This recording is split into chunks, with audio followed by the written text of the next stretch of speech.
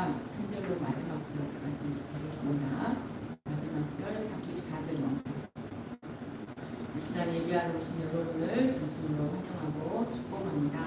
오늘 말씀은 각 사람은 자기의 위치에서 행진할지니라 말씀으로 지난주에 이어서 22장을 계속해서 돌아보도록 하겠습니다. 3절로 9절 말씀을 보십시오. 앞에 칠판에 지난주 말씀 1번부터 5번까지 있습니다. 여섯 번째로 하나님은 이스라엘이 각 진영을 배치하는 데 있어서 가장 먼저 유다 진영에 대해 말씀하셨습니다. 여러분, 야곱의 장자는 르우벤입니다. 그런데 하나님은 여기서 유다 지파부터 말씀하십니다. 이것은 야곱의 예언대로 유다 지파가 장자 지파가 되었다는 것을 가르쳐 줍니다. 앞으로 이스라엘 안에서 유다 지파는 실질적인 장자 지파 역할을 수행하게 될 것입니다. 그런데 하나님은 이런 유다 지파의 위치를 설명하는 데 있어서 다른 지파들처럼 단순히 동쪽이라고 말씀하지 않으시고 동방, 해돋는 쪽이라고 특별하게 말씀하십니다. 이것은 같은 의미의 단어를 두 번 중복하여 사용하는 것으로서 동쪽의 의미를 강조하고 있는 것입니다. 여러분, 왜 유다 진영은 동쪽 해돋는 곳에 그 자리를 잡아야 했을까요?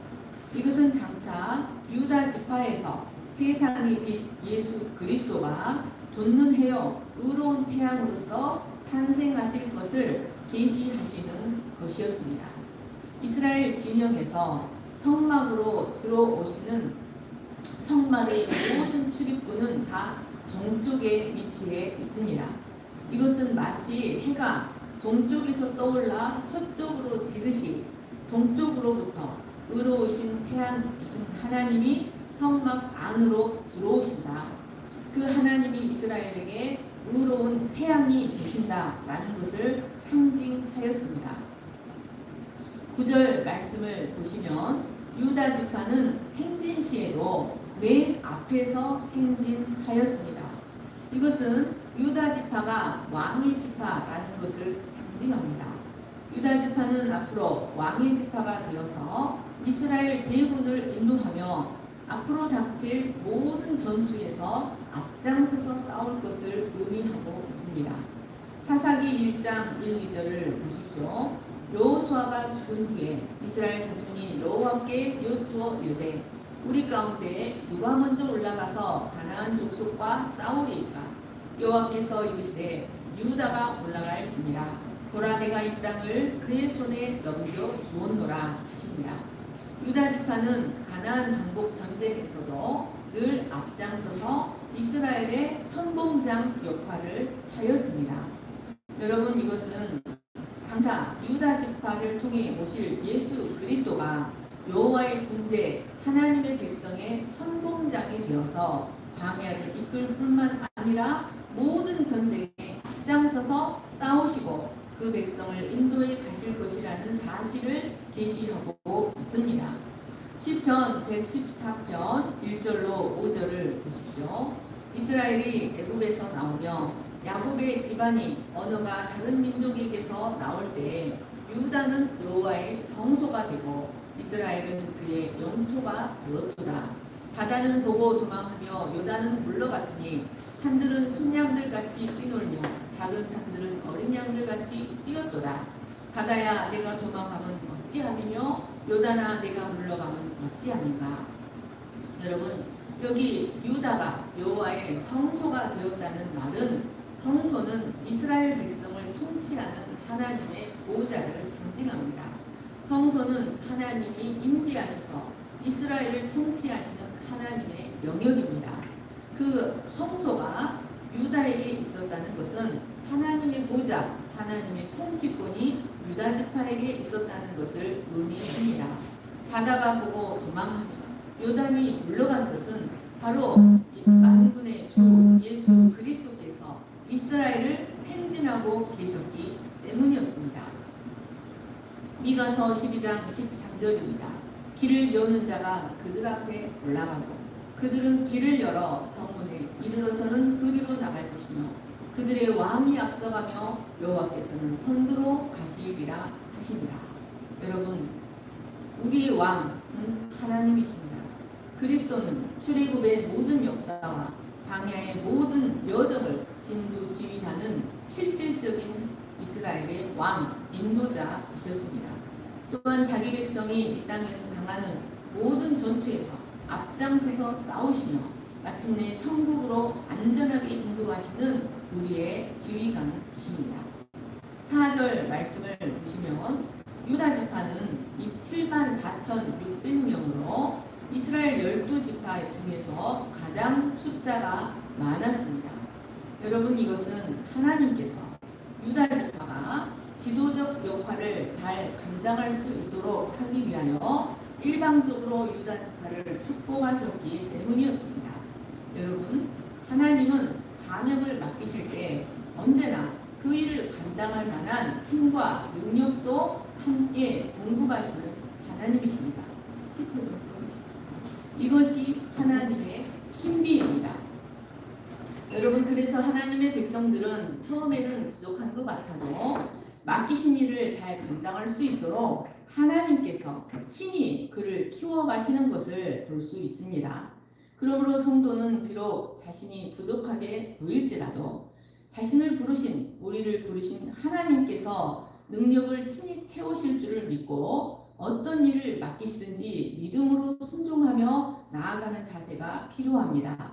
그럴 때 우리는 친히 모든 것을 단계별로 공급하시는 하나님을 경험할 수 있습니다.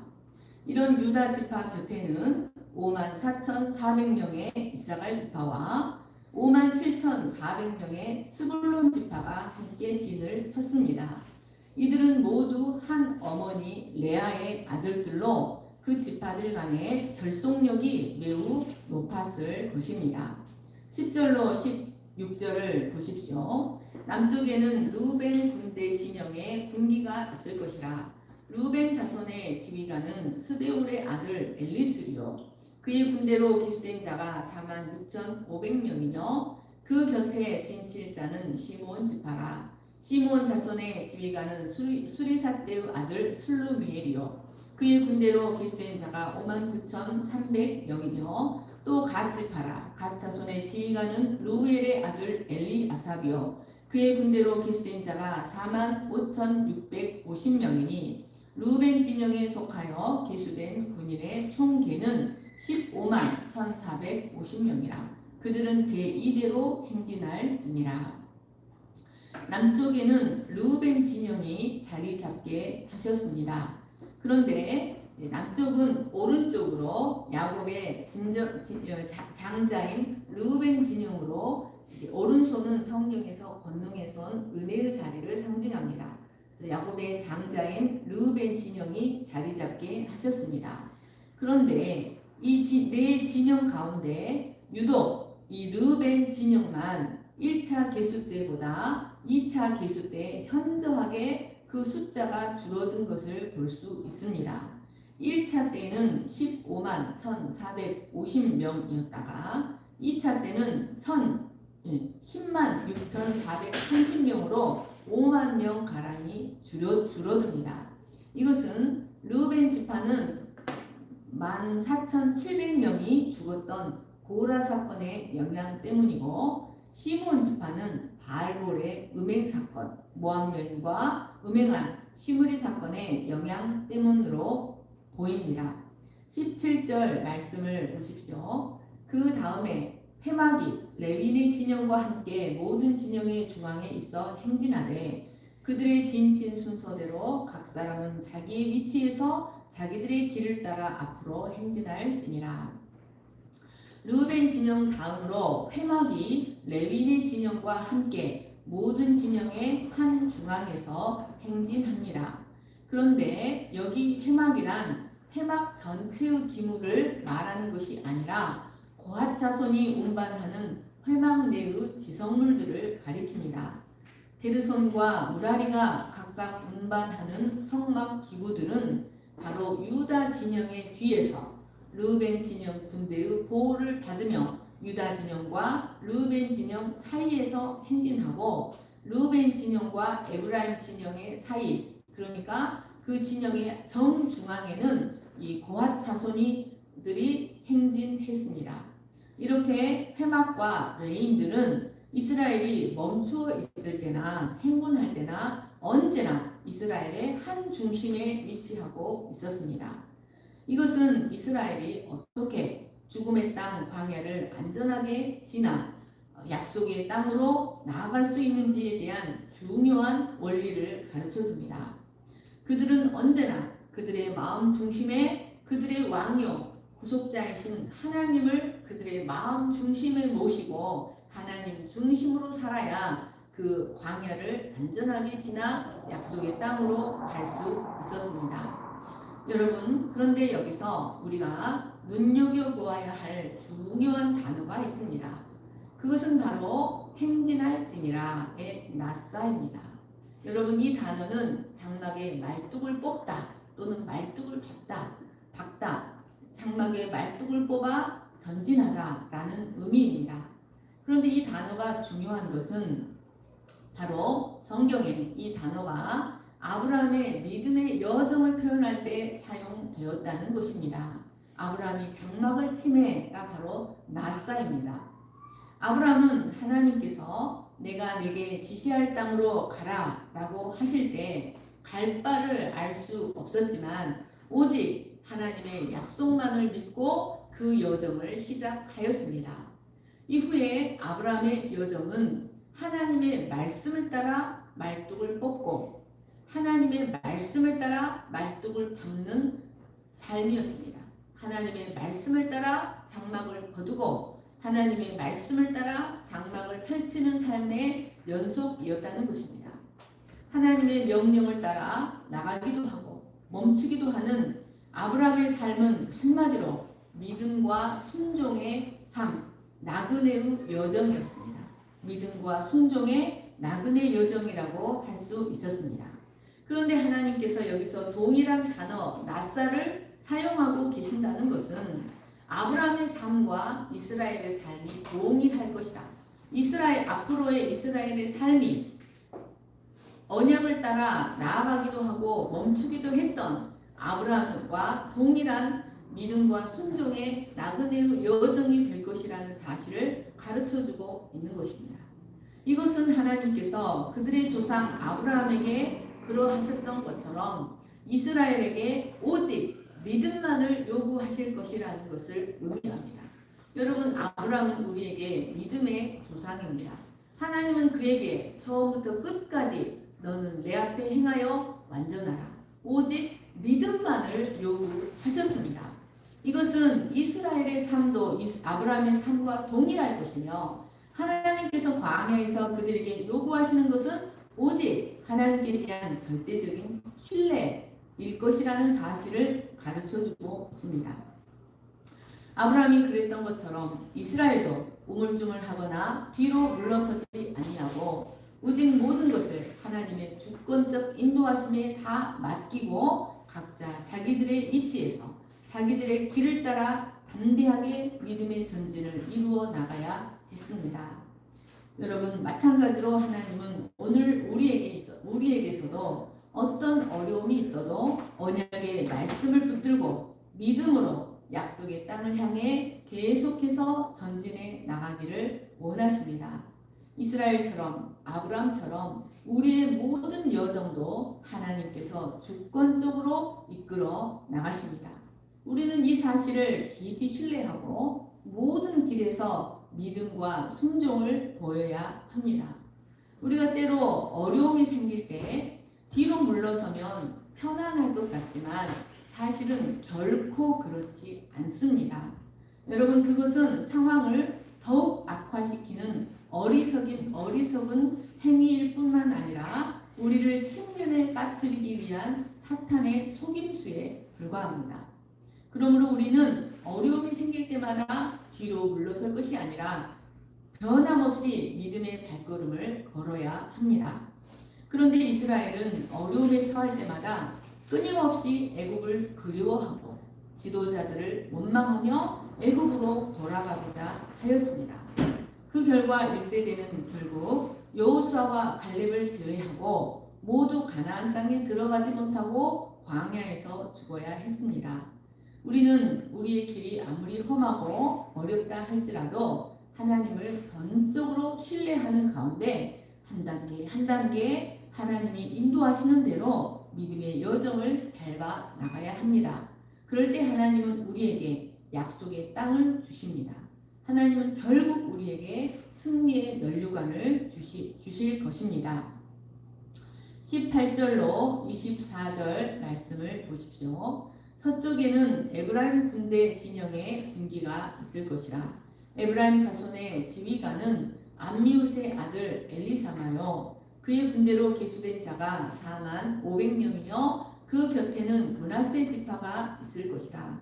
므낫세 자손의 지휘관은 부다술의 아들 가말리엘이요. 그의 군대로 기수된 자가 3만 2,200명이며 또 베냐민 지파라. 베냐민 자손의 지휘관은 기드온의 아들 아비단이요. 그의 군대로 계수된 자가 35,400명이니 에브라임 진영에 속하여 계수된 군인의 총계는 10만 8,100명이라. 그들은 제3대로 행진할지니라. 여러분, 에브라임 진영에 속한 제3대는 에브라임, 므낫세, 베냐민 지파로 머물러 있을 때에는 회막 서쪽에 진을 치고 행진할 때에는 그들 앞에서 행진하는 고앗 자손과 회막의 지성물들을 보호하는 역할을 하였습니다. 이들은 총 10만 8,100명이었으며 모두 라헬의 후손들이라는 공통점을 갖고 있습니다. 25절로 31절입니다. 북쪽에는 단 군대 진영의 군기가 있을 것이라. 단 자손의 지휘관은 암미사대의 아들 아히에셀이요. 그의 군대로 계수된 자가 6만 2,700명이며 그 곁에 진 7자는 아셀 지파라. 아셀 자손의 지휘관은 오그란의 아들 바기엘이요. 그의 군대로 계수된 자가 4만 1,500명이며 또 납달리 지파라.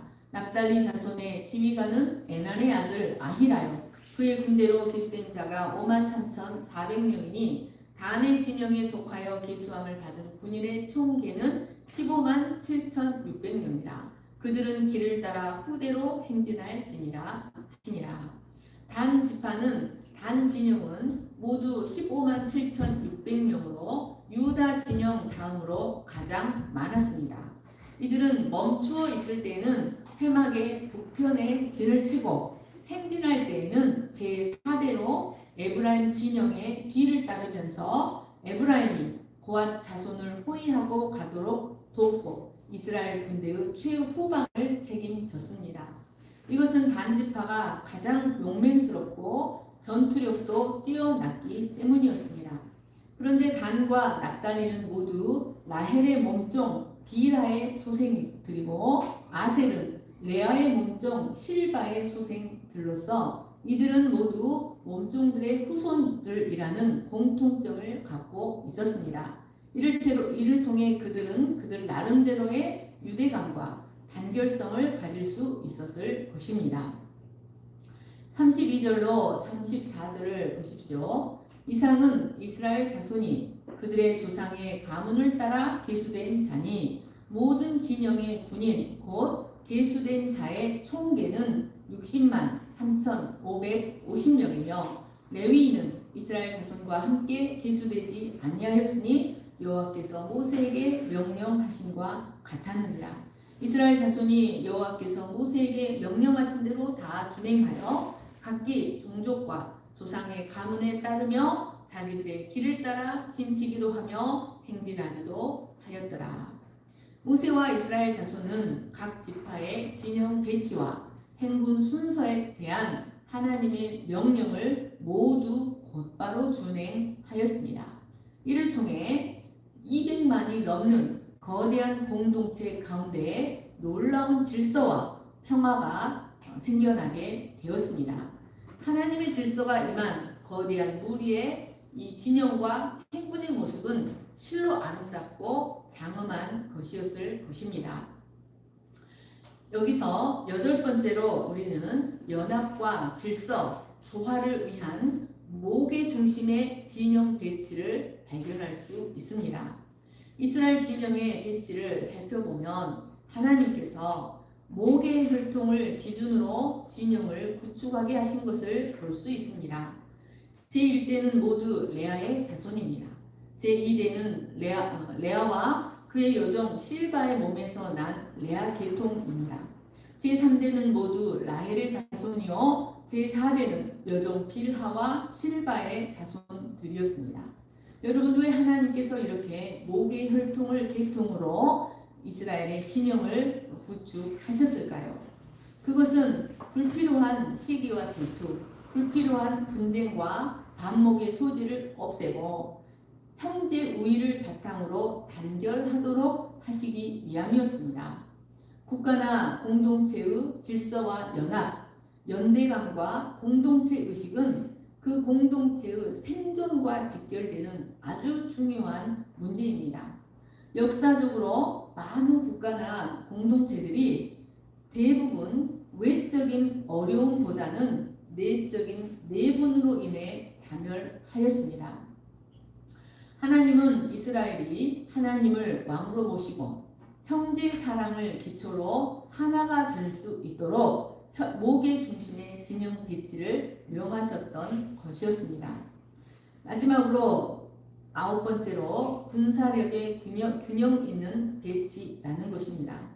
여러분, 각 진영의 인구수는 동쪽 진영 18만 6,400명, 남쪽 진영 15만 1,450명, 서쪽 10만 8,100명, 북쪽 진영 15만 7,600명, 총 60만 3,550명이었습니다. 하나님은 이스라엘이 행군을 할 때 선봉대에는 제일 강한 유다 지파의 군대가 서게 하시고 후미에는 선봉대만큼이나 강한 단 지파의 군대가 행군하게 하셨습니다. 이를 통해 단 지파에게 군사수가 제일 적은 서쪽 에브라임 진영을 보호할 뿐만 아니라 후미에서 기습해 오는 적의 공격을 저지하는 임무를 담당하게 하셨습니다. 다만 레위인은 성막 봉사를 위하여 군사적 의무에서 제외되기 때문에 군사적 계수에서는 제외되었습니다. 이렇게 이스라엘은 성막을 중심으로 각자 부여받은 임무를 행하며 서로 조화를 이루는 가운데 약점은 서로 보완하고 공격과 방어는 효율적으로 할 수 있는 최강의 군대로 거듭나게 되었습니다. 하나님은 이렇게 각 지파를 그들의 역량과 태생적 조건에 따라 적재적소에 배치시키셨습니다. 하나님으로 인해 이스라엘은 성막을 중심으로 유기적으로 움직이는 유기적인 연합체가 되게 하셨습니다.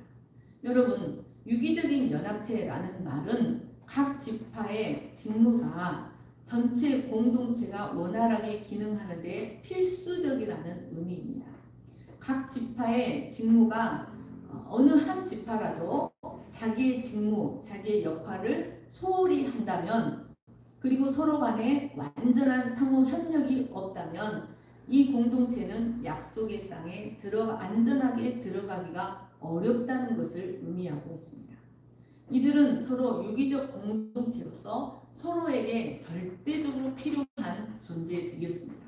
그래서 서로의 가치를 인정하고 각자 자기 자리에서 자신의 위치를 충실하게 지키며 자신의 임무를 충실하게 감당하는 것이 이스라엘 전 공동체를 지키는 일임을 깨달아야 했습니다.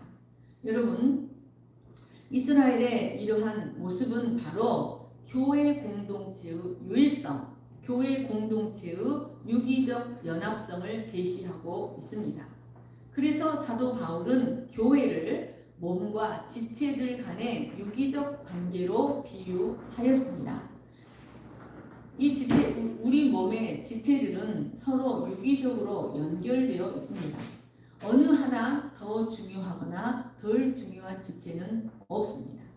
이 지체들은 모두 서로 유기적으로 연결되어 있기 때문에 아무리 작은 지체라 할지라도 작은 지체라도 다치거나 상하면 온 몸이 아픔을 느낍니다. 또한 몸의 주인이신 하나님은 각 사람을 그리스도의 몸의 지체들로 부르셔서 하나님 자신의 주권적인 뜻대로 각 사람에게 크고 작은 영광, 크고 작은 지체로서의 영광을 부여하시고 크고 작은 일들을 맡기셨습니다. 하나님 자신의 의지대로 적재적소에 우리 각 사람을 배치시키셔서 영광스러운 하나님의 나라를 이루어 가고자 하셨다는 사실입니다. 여러분, 우리는 하나님의 섭리에 의하여 우리의 조건과 역량과 재능을 따라 우주적인 교회의 한 부분을 담당하고 있습니다. 여러분, 우리는 교회론을 말할 때 우리 교회만을 생각해서는 안 됩니다. 성경이 말하는 교회는 우리 각자의 이런 교회, 지역교회를 말하는 것이 아니라 우주적인 교회를 말하고 있습니다. 하나님은 우주적인 교회, 몸된 교회의 한 직분을 감당할 수 있도록 우리의 조건과 우리의 역량과 우리의 재능을 따라 우리의 삶의 각자의 위치를 허락하셨습니다. 여기에는 한치의 오차나 실수가 없습니다. 그러므로 우리가 우리에게 주어진 영역에서 우리에게 주어진 일을 최선을 다해 하나님의 원리대로 감당하면 여러분, 그것이 바로 하나님 나라를 이루어가는 삶이라고 할 수 있습니다. 또한 이 몸은 그리스도의 몸이 꺾이지 않듯이 어린 양은 6월절 어린 양은 그 뼈를 꺾어서는 안 되는 것은 그리스도의 몸은 결코 떨어져 나가지 않는다는 것을 상징합니다. 그래서 예수님도 십자가에서 그 뼈가 꺾이지 않으셨습니다. 이처럼 그리스도의 몸이 꺾이지 않듯 부름받지 않은 자가 그리스도의 몸의 일부분이 될 수 없고 몸으로 부름받은 자가 결코 몸 밖으로 쫓겨나는 일이 없습니다. 우리는 그리스도의 몸으로 부름받은 사실이 얼마나 영광스러운지를 깨닫고 부르심을 받은 대로 각자 주어진 영역에서 각자 주어진 임무에 충실한 자들이 되어야 합니다. 그것이 바로 그리스도의 몸된 교회를 지키는 일입니다. 아마 우리는 천국에 갔을 때 지금 우리는 우리가 입은 영광이 어떤 것인지 우리의 육안으로는 여러분 이스라엘의 왕은 사람의 눈으로는 볼 수 없는 왕이었습니다. 마찬가지로 이스라엘의 영광도 사람의 눈으로 볼 수 없는 영광이었습니다. 우리도 우리의 왕은 육안으로 육체의 눈으로는 볼 수 없는 왕이십니다. 그리고 우리의 영광도 사람의 눈으로는 볼 수 없는 영광입니다. 그런데 우리가 예수 그리스도께서 재림하실 때 우리가 이 땅에서 받은지도 모르고 갖고 살아가는 영광이 얼마나 큰 것이었는지 그때에서 깨닫고 우리는 서로를 바라보며 깜짝 놀라게 될 것입니다. 우리가 그리스도의 몸으로 부름받은 사실이 얼마나 영광스러운지를 깨닫고 내 재능과 내 역량대로 나에게 임무를 맡기셨다는 것을 깨닫고 하나님 나라 그리스도 몸의 일부로서 자기의 사명을 최선을 다해 감당하는 저와 여러분이 될 수 있기를 간절히 축원합니다. 제가 기도하겠습니다. 사랑과 은혜가 풍성하신 하나님 아버지, 우리는 어떤 모습으로 어느 곳에서 무슨 일을 하며 살아갈지 알 수 없습니다. 그러나 하나님은 우리를 지으시고 우리를 가장 잘 아시는 하나님은 우리의 살 곳과 우리의 행할 일과 우리의 삶의 모습을 정하시는 하나님이십니다. 하나님은 우리에게 임무를 맡기시고 또한 그것을 감당할 능력까지 기름 부어주시며 공급하셔서 우리의 삶을 하나님으로 말미암아 복되게 하시는 하나님이십니다. 하나님, 작은 일에 충성한 자가 큰 일에도 충성할 수 있다고 하였습니다. 우리는 그리스도의 몸된 지체로서 서로 다른 사람의 임무와 받은 것을 비교하기보다 내 삶의 자리가 하나님의 부르심, 거룩한 부르심이라는 사실을 깨닫고 내게 맡겨진 작은 일을 최선을 다해 감당할 때 하나님께서 우리의 역량을 키워가시고 우리의 통치 영역을 키워가시며 하나님께서 우리의 삶의 영역을 축복하실 줄로 믿습니다. 아브라함의 삶이 나사의 삶이었듯 하나님은 이스라엘의 삶도 말뚝을 뽑고 여호와의 말씀을 따라 말뚝을 뽑고 말뚝을 심는 믿음의 여정, 순종의 여정, 나그네의 여정이었습니다. 하나님께서 아브라함에게 이스라엘에게 요구하신 것은 하나님의 절대 주권에 대한 온전한 믿음과 순종이었습니다. 하나님, 우리가 매사에 모든 시간에 하나님의 주권을 인정하고 우리의 발걸음이 하나님을 기쁘시게 하는 믿음의 발걸음 될 수 있도록 축복하여 주시옵소서. 감사하며 거룩하신 예수님의 이름으로 기도합니다. 아멘. 모두 일어나셔서 나 주님의 기쁨 되기 원하는 찬양 하시겠습니다.